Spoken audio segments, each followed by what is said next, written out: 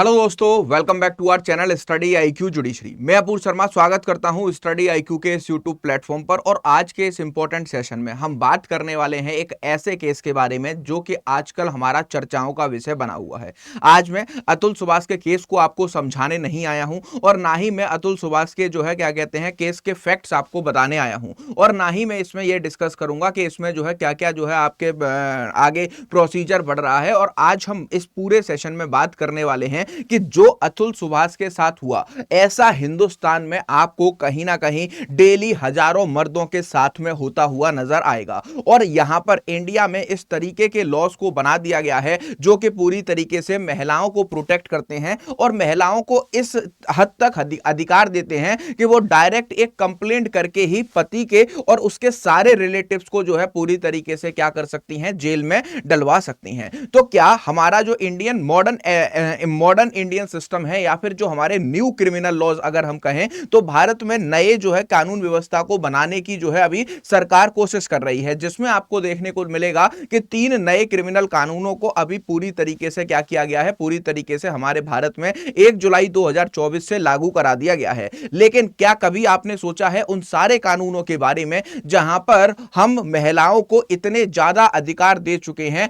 जो कि पूरी तरीके से कहीं ना कहीं महिलाएं उनका दुरुपयोग करती जा रही हैं। अतुल सुभाष एक सॉफ्टवेयर इंजीनियर हैं जिन्होंने बेंगलुरु में पूरी तरीके से क्या किया, अपनी आत्महत्या की और खुदकुशी की। इसके पहले उन्होंने पूरे सिनेरियो को अपने एक वीडियो में बताया कि किस तरीके से कोर्ट्स में वो बार बार चक्कर लगा रहे हैं और कोर्ट से उनको कोई भी रिलीफ नहीं मिल रहा है। इवन दो जब भी वो बात करते हैं आपने क्या कहते हैं रिलीफ को लेने के लिए, तो महिला जजेस जो इस पूरे केस को सुन रही है वो भी कई बार उनको कोर्ट में उनका मजाक उड़ा चुकी है। तो आज के इस पूरे सेशन में अगर हम बात करना चाहें तो आज हम बात करने वाले हैं पुरुष आयोग की। कई बार यह मुद्दा हमारे यहां पर सुप्रीम कोर्ट ऑफ इंडिया तक भी जा चुका है कि इंडिया में जैसे वुमेन्स के राइट्स को प्रोटेक्ट करने के लिए आपका महिला आयोग है, वैसे ही अब वो समय आ चुका है जहां पर आपको इंडिया में पुरुषों के राइट्स को भी प्रोटेक्ट करना होगा। और अगर हम बात करते हैं इंडिया में उन सारे लॉज की जो कि महिला को सुरक्षा प्रदान करते हैं, तो इन सारे केसेस में आप क्लियरली यह भी देख सकते हो कि जब हमारा पुराना समय था और देश आजाद हुआ था तो महिलाओं को जारती से बचाने के लिए, महिलाओं पर हो रहे अत्याचार से बचाने के लिए उनके लिए स्पेशल लॉज लेकर आए गए थे। और इन स्पेशल लॉज को पूरी तरीके से उनके राइट्स को प्रोटेक्ट करने के लिए और संवैधानिक अधिकारों को प्रोटेक्ट करने के लिए लाया गया था। और जब भी हम बात करते हैं महिला के अगेंस्ट में क्राइम होने की, तो अमूमन तौर पर सेक्सुअल ऑफेंसेस या फिर सेक्सुअल असॉल्ट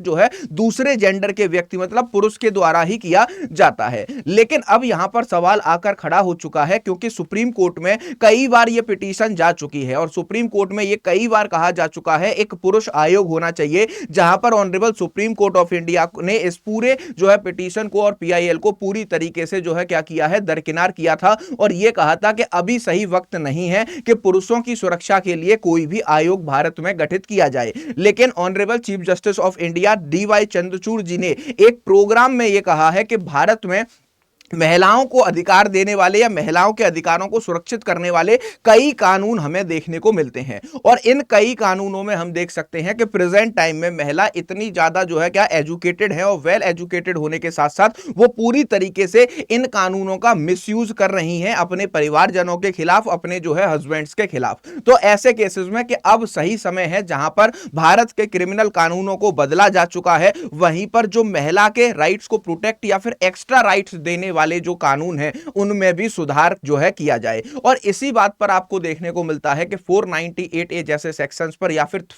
वो क्या कहते हैं आपके 494 ऑफ इंडियन पीनल जैसे क्या कहते हैं आपके कॉन्सेप्ट्स पर कई बार यहां पर सुप्रीम कोर्ट में इनको हटाने के लिए या फिर इनके मिसयूज के लिए वेरियस केस हमें देखने को मिलते हैं, जिनकी डिटेल्स आपको स्टडी आईक्यू के इस चैनल पर दी जाती हैं। अब सबसे बड़ा सवाल यह खड़ा होता है कि अतुल अगर सुसाइड कर लेते और इस सुसाइड से पहले वो अपना पूरे केस को इतने इलेबोरेट फॉर्म में नहीं समझाते, तो क्या आज हम इस बारे में बात कर रहे होते कि भारत में अब पुरुष आयोग की जरूरत है और भारत में अब जो महिलाओं के द्वारा गलत इस्तेमाल किया जा रहा है उनके लिए बनाए गए लॉस के लिए उसको रोकने की जरूरत है। अगर ये सुसाइड या फिर ये आत्महत्या पूरी तरीके से एक बंद कमरे में हुई होती जहां पर किसी भी तरीके का किसी भी तरीके का आपको देखने को मिलेगा कि कोई भी अगर रिटन रिटन सुसाइड नोट भी मिलता तो इंसान जो है ज्यादा से ज्यादा 1 या फिर 2 पेज का सुसाइड नोट यहां पर लिखकर जो है अपने आत्महत्या को कमिट करता है। लेकिन यहां पर जब भी हम बात करते हैं इस केस की, तो इस केस में पहले अतुल सुभाष ने अपने पूरे स्टेटमेंट को एक एक करके पूरी स्टोरी को समझाया, और यहां पर जो है आपकी जो इनकी जो वाइफ है उनके परिवारजनों के ऊपर भी कई गंभीर आरोप लगाए, और यहां पर जो है कोर्ट के प्रोसीजर में उनको कितना अब्यूज करना पड़ रहा था, बेंगलोर से बार बार उनको जो है पूरी तरीके से यूपी आना पड़ता था, और जो है फैमिली कोर्ट में अपनी हाजिरी लगानी पड़ती थी। और जब वो फैमिली कोर्ट्स में आते थे तो कई बार ऐसा भी हुआ है कि जज साहब छुट्टी पर है या फिर वकीलों की हड़ताल चल रही है, तो इस केस में जो है पूरी तरीके से उनके मैटर्स की सुनवाई नहीं हो पाई। वहीं पर बात करें इस पूरे जो है केस में, तो इस पूरे केस में जो अतुल सुभाष हैं उनकी सिर्फ और सिर्फ सैलरी जो है आपकी 84,000 थी, जिसमें फैमिली कोर्ट्स ने लगभग 40,000 रुपए का बच्चे को मेंटेनेंस देने का और उसके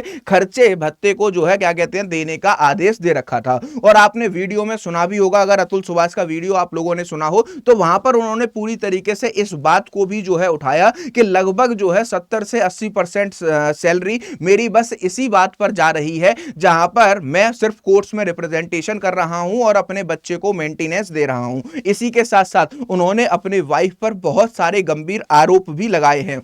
वाइफ के साथ साथ उनकी मां पर और उनके भाई पर प्लस उनके चाचा पर भी सुसाइड के लिए, भड़काने के लिए, उकसाने के लिए कई बार जो है उन्होंने इस वीडियो में जिक्र किया कि उन्होंने मुझे कई बार भड़काया है। और फाइनली इस वीडियो को जो है पूरी तरीके से शूट करने के बाद अतुल ने जो है यहां पर क्या किया, सुसाइड कर लिया। अब तभी से ये चर्चा का विषय बना हुआ है, और आप बहुत सारे लोग ऐसे थे जो कि इस वीडियो को जो है मेरे द्वारा जो है समझना चाहते थे। तो यहां पर मैं आपको इस केस के फैक्ट्स नहीं बताऊंगा क्योंकि YouTube पे तमाम जो है वीडियोस आपको इसके ऊपर देखने को मिल जाएंगे। लेकिन आज हम बात करेंगे अपने जो है प्रेजेंट इंडियन लीगल सिस्टम की, जहां पर हमें देखने को मिल रहा है कि पढ़ी लिखी सशक्त महिलाएं जो कि पूरी तरीके से अपने आप को मेंटेन कर सकती हैं, मेंटेनेंस का हमने अधिकार महिलाओं को दिया, चाहे आपका हिंदू लॉ हो या फिर आपका जो है BNSS हो जो अभी प्रेजेंट टाइम में CRPC को रिप्लेस करके आया है, या फिर आपके जो है स्पेशल लॉज हो। अगर मेंटेनेंस की बात करें तो उन महिलाओं को मेंटेनेंस देने की बात की जाती है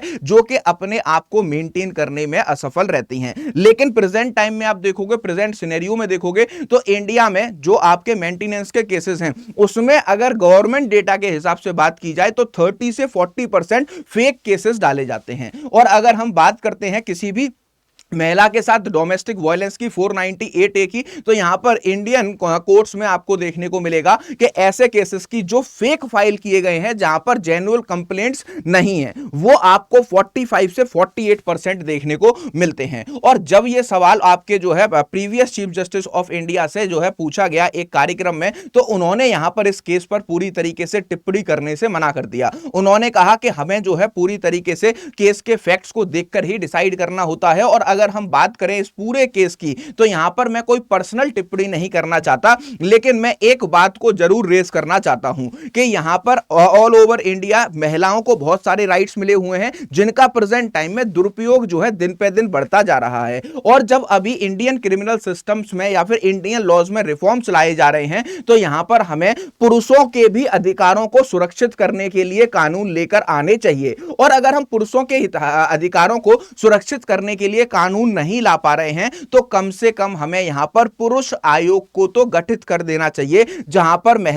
पुरुष जो है अपनी कंप्लेंट को लेकर जा सके। अभी प्रेजेंट सिनेरियो की बात की जाए तो हमें सिर्फ यह देखने को मिलता है कि हमारे हर एक जो है क्या कहते हैं जब भी मैट्रिमोनियल केसेस फाइल किए जाते हैं तो उसमें एक चीज को लेकर डिस्प्यूट होता है, लेकिन फिर आपको देखने को मिलेगा कि यहां पर मेंटेनेंस का भी सूट फाइल कर दिया जाता है। इसके साथ साथ यहां पर जो है मेंटेनेंस के साथ साथ 498A का भी केस फाइल कर दिया जाता है, प्लस इसके साथ जो है सेक्सुअल वायलेंस, डोमेस्टिक वायलेंस जैसे तमाम केस देखने को मिलते हैं। तो जितनी भी धाराएं एक व्यक्ति के ऊपर जो है लगाई जा सकती हैं, उतनी धाराएं जो है पुलिस और महिला मिलकर के जो है अपने पति के और उसके परिवारजनों के ऊपर जो है लगा देती है। अभी तो हमें देखने को मिलता है कि इंडिया में ऐसे भी कुछ कानून थे जहां पर अगर महिला ने आपके खिलाफ डोमेस्टिक वायलेंस या फिर जो है सेक्सुअल हरेसमेंट के केसेस में कंप्लेंट कंप्लेंट की है तो पति को और उसके परिवारजनों को पुलिस बिना किसी भी बिना किसी भी अपॉर्चुनिटी दिए ही गिरफ्तार कर लेगी और उनको जेल में डाल दिया जाएगा। और वो अपनी निर्दोषता को साबित करने के लिए जब कोर्ट में प्रोड्यूस होंगे तब जाकर के आपके वो अपने निर्दोषता के सबूत दे पाएंगे। उतने दिन तक सिर्फ एक कंप्लेंट पर ही उनको जेल में रखा जा सकता है। इसी चीज को honourable supreme court of India ने कई लैंडमार्क जजमेंट्स में आपके उजागर किया है और यह कहा है कि फेयर अपॉर्चुनिटी देकर ही किसी भी व्यक्ति को जेल में रखा जा सकता है। अननेसेसरी